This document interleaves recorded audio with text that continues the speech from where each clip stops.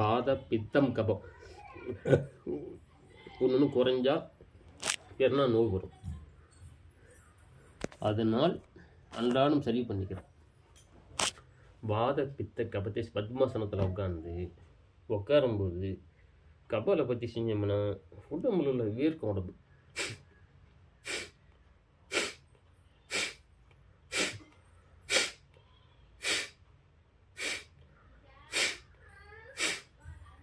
மூச்சு காற்றை வயிறு உள்ளே போய் வரணும். இருந்துச்சுன்னா உடம்புல சூடான உடம்பு இப்போ வேர்க்க ஆரம்பிக்குது. அப்போ தண்ணியை ஊற்றி அணைக்கிறோம். தண்ணியை அணைச்சா பண்ணோம் அந்த அணைகள் குறையும், ஹீட்டை குறைக்கிறோம். அதான் கபாலை பற்றி. அகார உகாரம் ஓம் ஓம் ஓயும் சொல்லும் போதும் உடம்புல சக்தி பிராண சக்தி அதிகரிக்கிறது. ஆயும் சொல்லும் போது பிராண சக்தி அதிகரிக்கிறது. ஓம் நமசிவாயாங்கிற மந்திரத்தை சொல்லும்போது உடம்பில் கழிவுகள் வெளியேறுகிறது. இதுவும் ஒரு பயிற்சி தான். அப்புறம் தாய் தந்தை ஆசிரியர் இறைவன் நினைக்கிறோம். அப்புறம் மூச்சை சோதிக்கிறோம்.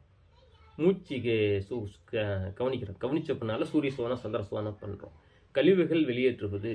இப்போ வெப்பம் எனக்கு அதிகமாக இருந்துச்சு. காய்ச்சல், இளவேம்பு குடிநீர், தூது வேலை, முடக்கத்தான், நம்ம தூது வேலை, ஆடாதண்டா பாலை, வேப்பந்தலை, நொச்சி, கருந்துளசி போட்டு ஆவி பிடிச்சேன். இப்போ கபம் வெளியேறுது. உடம்புல உள்ள கழிவுகள் வெளியேறும். உடம்புல உள்ள இப்போ வேர்க்குது நல்லா பார்க்கலாம். நாடி சித்தி ஒரு மூக்குள்ளையாக மூச்சு காற்றை ஃபுல்லாக விட்டு அடுத்த மூக்குள்ளையாக இழுத்து நான் 8 கரலையும் இழுத்து 16 கரை விட வேண்டும். இதுதான் நாடி சித்தி. உடம்புல ஹீட் பண்ணுறோம், குளிர்ச்சி பண்ணுறோம். ஏற்கனவே ஹீட் ஆகுது, குளிர்ச்சி பண்ணுறோம், கழிவுகள் வெளியேற்றுறோம். ஓம்.